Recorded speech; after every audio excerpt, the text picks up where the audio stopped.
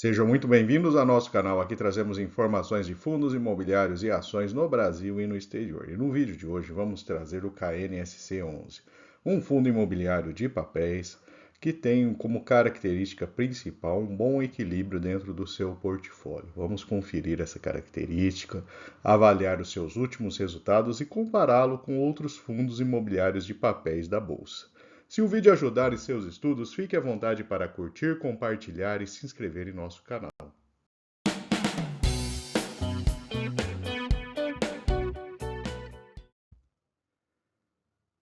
Vamos começar então com uma visão um pouco mais detalhada do seu portfólio. Essas são as principais posições, né? A gente já observa ali que dentro do indexador, na coluna Index, né?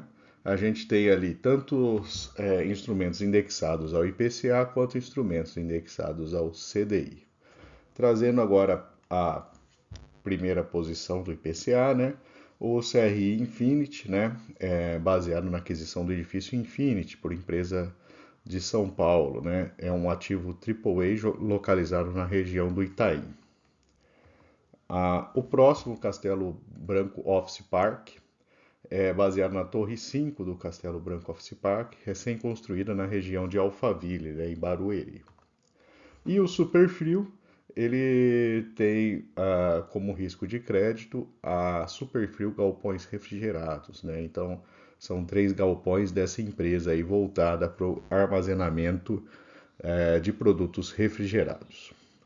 Além dessas posições voltadas para o IPCA, a gente tem algumas posições indexadas ao CDI. Então, a Plaage, né, é baseada na aquisição de terrenos para a construção de um projeto residencial de alto padrão na região dos Jardins, em São Paulo. E o edifício Luna, localizado também na cidade de São Paulo, próximo à Marginal Pinheiros. Então a gente já observa ali que, de maneira geral, né, são ativos de boa qualidade, né, ativos premium. O seu portfólio também tem um certo grau de diversificação, né? O maior percentual da carteira é 8,5% do Plaage, né? Depois 6,4%, depois 5,5%, 4,3%. Então, as maiores posições ali, né, tem uma boa distribuição.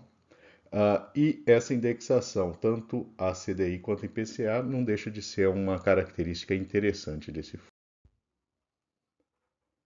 Resumindo os dados, né, do portfólio, a gente observa ali que a gente tem 42,9% indexado ao CDI, 61% indexado à inflação, mais um valor em caixa ali, né, que não deixa de ter indexação também ao CDI, né.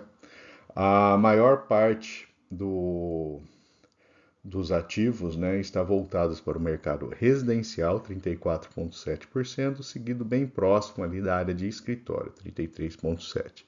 Lembrando que essa área de escritórios, né, tem um momento aí um pouco mais difícil, né, principalmente no pós-pandemia. Tem algumas regiões da cidade de São Paulo que estão tendo maior demanda e outras bem menos, né? Então é um setor que exige atenção por parte do investidor. Trazendo um resumo então da Quineia, né, alguns fundos dela, né, a gente tem o KNSC bem no meio aqui desse gráfico, né, em que temos fundos mais voltados para o IPCA, fundos mais voltados para o CDI. O KNSC está bem no meio do caminho, então ele consegue dividir muito bem o seu portfólio nesses dois indicadores. E também na questão risco-retorno, né, a gente observa ali que ele também está numa posição de equilíbrio. Não é um instrumento de tão baixo risco, mas também não apresenta um risco mais elevado. Então, é um fundo bem equilibrado, que fica bem no meio da faixa ali, né? E pode ser uma opção interessante para quem busca esse tipo de característica, né? Lembrando que não é nenhuma recomendação de compra do ativo. Agora vamos falar do demonstrativo de resultados. A gente observa ali o resultado CRI, né? Então ele vinha ali, já chegou a dar quase 17 milhões de reais em março do ano passado, né? O último mês computado deu 12,4. Mas a gente observa, né, por essa característica, à medida que tem queda na inflação, a, e agora a gente está passando por um momento aí de menor taxa de juros, né, o resultado tende a cair. Mas lembrando que é difícil a gente permanecer com esses dois indicadores em patamares baixos por muito tempo, né? Então, é um fundo que tende a ter uma estabilidade até interessante para o investidor, né? Então, ele gerou um resultado de 8 centavos por cota e distribuiu esse mesmo resultado, né? E tem uma reserva de 8 centavos ainda não distribuídos. Esses são os valores aí de distribuição, ele já chegou a distribuir 12 centavos, né? Mas a depender aí dos indicadores econômicos, ele pode dar um resultado melhor ou não, né? Já neste gráfico, a gente tem a evolução da cota patrimonial. É um fundo que foi negociado durante bastante tempo ali acima da cota patrimonial. A gente observa ali antes de agosto de 22, né? E aí depois ele veio para uma negociação abaixo da cota patrimonial e hoje está bastante próximo, né? Mas a gente observa que o seu valor também caiu ao longo do tempo ali, se ajustando aí a esse cenário, né? Então, comparando o KNSC com outros fundos imobiliários, né, a gente tem que, em termos de dividend yield, ele tem um resultado mediano, né, não chega a ser um dividend yield tão alto quanto outros fundos de papel. Sua relação preço-valor patrimonial é de 1,01, bastante próximo, né? A gente tem alguns outros bem mais descontados, né? O seu dividend yield caiu, né? Os últimos 3 anos, daí caiu 10%. O KNCR houve aumento, né, do dividend yield, né? Então, a depender da sua maior indexação, né, pode trazer um resultado melhor ou pior nesse indicador.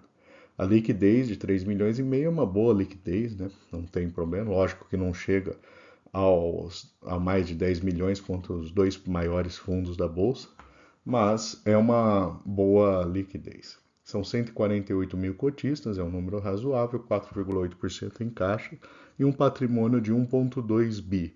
Para um fundo de papel, né, até que o patrimônio não é tão alto, mas já é um patamar interessante de patrimônio. E a sua taxa de administração ela tem um valor relativamente alto, de 1,20%. Agora, no teste do investimento, né, quem investiu há 1 ou 2 anos atrás, com os dividendos recebidos, conseguiu ganhos aí de quase 20% nas duas situações, né, ficando aí bem acima da inflação no período.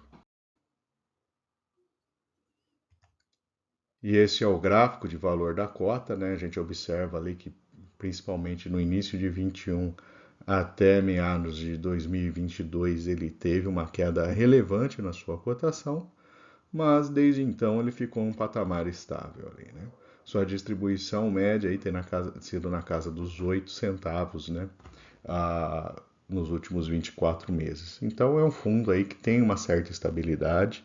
Ele paga bem quando um dos indicadores apresenta valores mais altos, seja de inflação, seja taxa de juros, e dá uma certa estabilidade na sua carteira.